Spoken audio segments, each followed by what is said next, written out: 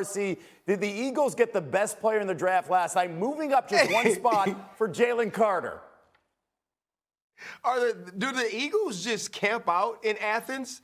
Because clearly they're not scouting any other defense in the entire country. I think they hit a home run. Obviously, Jalen Carter fell for reasons that had zero to do with the film you've watched in 2021 and 2022. I would actually argue that on that 2021 team that is full of NFL players, that Jalen Carter was the most impactful player and the best player on that team. Now he falls to 9. He's going to be reunited with Jordan Davis and Kobe Dean. And now you go look at a pass rush that was so effective for the Philadelphia Eagles last year. You add that pressure in the middle like we see from an Aaron Donald or Chris Jones or Jeffrey Simmons in Tennessee, and you've only elevated what you can do with your front seven. And they have a new defensive coordinator in Sean Desai from the Vic Fangio tree, different production and approach, and he got a lot more help. Graz, listen, last night I'm sitting there and I'm like, if the Eagles can get Jalen Carter or Nolan Smith, I'm going to be very happy at the end of this first round. To land both of them, it's remarkable what Howie Roseman continues to do, especially in the first round the last 3 years. How did this come about? Yeah, I mean, part of a skilled drafting is patience, right? Like, if you're the Eagles, you know you wanted Jalen Carter. You could have probably traded up higher, right, to get him, but they stayed patient. They let it come to them, and they made a small trade with the Bears to move up one spot, and so it didn't cost them as much. They get the guy they wanted.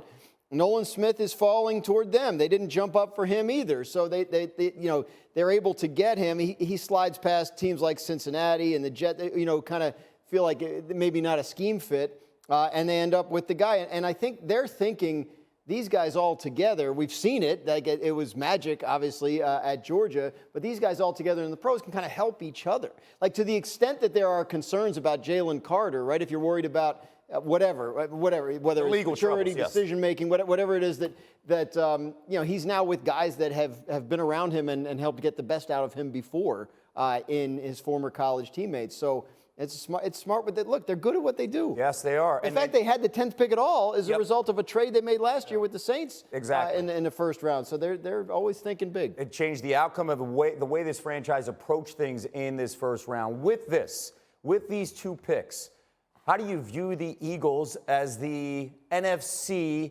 defending champ? I mean, they have to feel great about it. I mean, I don't know why they wouldn't be the favorite, going into this season. I mean, look, their division rival's best player was just getting up from an interview, basically. Crying. He was so disgusted by it. So, that's how the guy who plays against him feels. Look, they're a really good football team, and they've stacked good drafts. And on top of stacking good drafts, to just echo Dan's point, when you do that and you also feel good about the guys that you have put in the building. You just think about even Jalen Hurts' leadership, the type of leader that he's been for that football team. Like, what that does is that allows you to not feel like you have to address a need, and then also, quite honestly, have a guy on your board that maybe other people don't have the confidence to draft because you don't have the support and influence around him that you would want, like Philadelphia seems to have right now. So I think for all of those reasons, they've done a great job and set themselves up for a lot of success. That support influence, you're talking about guys like Fletcher Cox and Brandon Graham, guys who will retire as Eagles, as legendary Eagles as well, especially on that defensive front. And you brought up Jalen Hurts. And Mike T, as a GM, you look at the Hurts contract, the way that is crafted specifically over the next 3 years. You lose Hargrave, but you bring in some big-time talent on that defensive line. I know things happen in windows. How do you view this Eagles window, not just in the NFC East, but in winning the NFC and going back to the Super Bowl over the next 3 to 5 years? Yeah, Kevin, their window is wide open, and the rich got richer. And really what's remarkable about this is you want to win for today and develop for tomorrow. Now you have Jalen Carter that's going to replace Fletcher Cox, and now you have Nolan Smith who could replace Brandon Graham.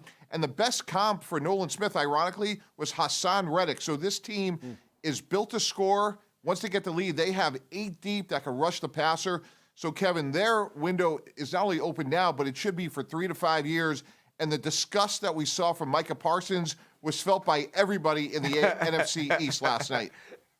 Yeah, and you bring up the NFC East because that division over the last couple of years has dramatically changed from the NFC least to potentially 4 playoff contenders. And that's a big deal when you look at the way the entire NFC shaped out, RC.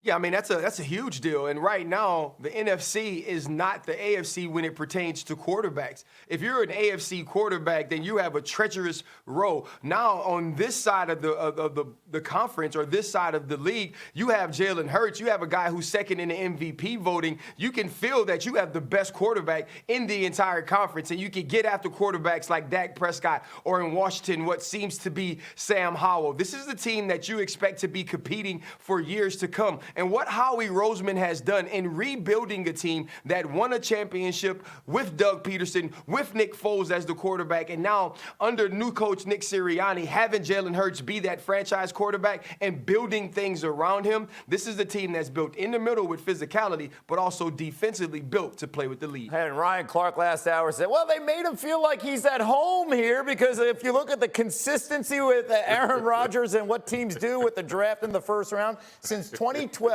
Rodgers' teams have taken a defensive player with 12 of the 13 first-round picks, and the only offensive player taken over that span was the guy that ticked off Rodgers. That is Jordan Love. Guy that couldn't help him. Exactly, taken in the 2020 draft. So, Swag, did the Jets make a mistake not addressing help, especially on the offensive line for Aaron Rodgers in the first round last night? I would like to say they made a mistake, Kev, but the guys that they wanted weren't available. So it's almost like, yeah, we would prefer to have either Paris Johnson or Skoronski, but those just not available to us. Now, when you think about this, and me and Dan was sitting there last night with Mina, and we got to the point where we were like, okay, and what Dan just alluded to, I was like, draft Jackson Smith-Njigba. Like, get the ball out of Aaron Rodgers' hands, so surround him with weapons, and maybe you find a gem in the second, third round at offensive tackle. A lot of guys, offensive tackle-wise, for people that's watching, you find good offensive tackles in late rounds as well. A lot of these guys, it's about depth on your offensive line as well because of the injuries that take place, but having guys that can play multiple positions. Aaron Rodgers splits, and I don't have the exact numbers, but we talked about this a few weeks leading into the draft. His splits, when protected, he's top 3 or top 5 in every category when it comes to quarterbacking. When he's not protected, he's in the 20s. That's a drastic change. And Aaron Rodgers is still athletic enough to create a little bit more time, but not that superior athlete that we saw him at times be able to get himself out of a lot of harm's way. So that is the concern that you have. Drafting defensive guys are never an issue for me, but I'm with Dan on this one. When you look at that defensive roster for the New York Jets, they were riddled. It was another way you could go to provide another weapon for Aaron Rodgers as opposed to trying to just appease the guy that's on your board. Can they overcome this, Tim? It's the total opposite for me. Oh, Dan, go ahead. Just real quick, it's the total opposite for me of what like the Chargers and the Ravens did. You're not going to win the AFC playing defense. You're not. You have to outscore people. You have to have firepower, and you have to have people who could put up points. We're not in 1997 anymore. You got a great defense already. So if I was the Jets, that's why I sit there and go, Marcus was dead on. You should have drafted one of those tight ends that we've talked about and one of those playmaking wide receivers to add to an offense and just say, hey, we're going to have to win a game 38-35 in January, and we need more people to score 38. Yeah, or move up to get the tackle rather than sitting there when everyone knows you need a tackle and now you're in a situation where, I said it the last hour, Houston did an amazing job of really not letting anybody know what they were going to do. It felt like, obviously based on need, based on having an older quarterback, that the need was there enough to say, all right, well, look, if you want this tackle and the Jets are coming, just get in front of the Jets and you're going to get the tackle. That's the part to me where, and I think Marcus alluded to this, hey, the guys that you would get, at tackle weren't there. Well, what could you have done to prevent that from happening? That's part of the fallout from the Rodgers trade is the Jets don't have a lot of picks. They only have 4 more picks in the draft after last night. So moving up becomes more difficult, right, when you don't have those picks to deal and you feel like it's tougher to part with them. The other thing to keep in mind, sure, they could have used help on offense. Before the draft, I like to ask teams, how many first-round grades have you given this year? How many guys are on your first round? And usually you hear like 20, 22. This year, we heard some 10s and 11s and 12s. I mean, so the Jets could be sitting there at 15 and be out of first rounders, right? And maybe they don't want to use a first-round pick on a tackle that they think is a third-round tackle. So you take, maybe Will McDonald was a first-round grade for them, and they feel like that's the better use of the pick. But yes, the Rodgers trade showed up here. Moving back 2 spots, that enabled the Steelers to get ahead of them and take the tackle that they were probably looking at. And then giving up picks down the line made it more difficult for them to compete with other teams that would be trying to trade up. How much of a storyline will this be the entire season with protecting Aaron Rodgers, Dano? It'll be huge because that's going to be everything, Kev. If the Jets somehow, at both their tackle spots, Mekhi Becton and Max Mitchell, if they get lucky and they're healthy, they'll be fine. They'll be completely fine. But we haven't seen Mekhi Becton play a healthy season, I don't think, ever in the NFL in his first 3 or 4 years. And Max Mitchell, I think, played 5 games last year at right tackle. So the reality, and if you just look in the division, Miami got a defensive line that can hunt. Buffalo has a defensive line that can hunt. New England has a defensive line that can hunt. So the Jets are rolling the dice and crossing their fingers, and everyone believes that if they stay healthy, they'll be okay. But we just don't have empirical data that proves that those tackles are capable of that. Marcus, here's the graphic you talked about here when you look at the splits specifically. You want to address what you saw and what the numbers, they don't lie. They explain the story.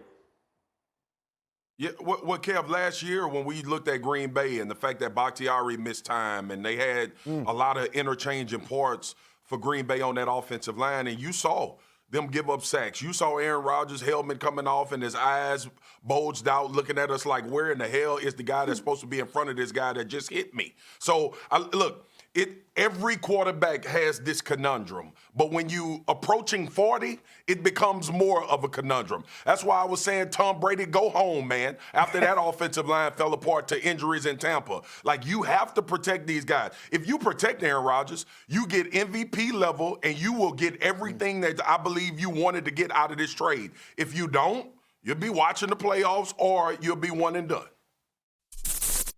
Thank you for watching ESPN on YouTube. For live streaming sports and premium content, subscribe to ESPN+.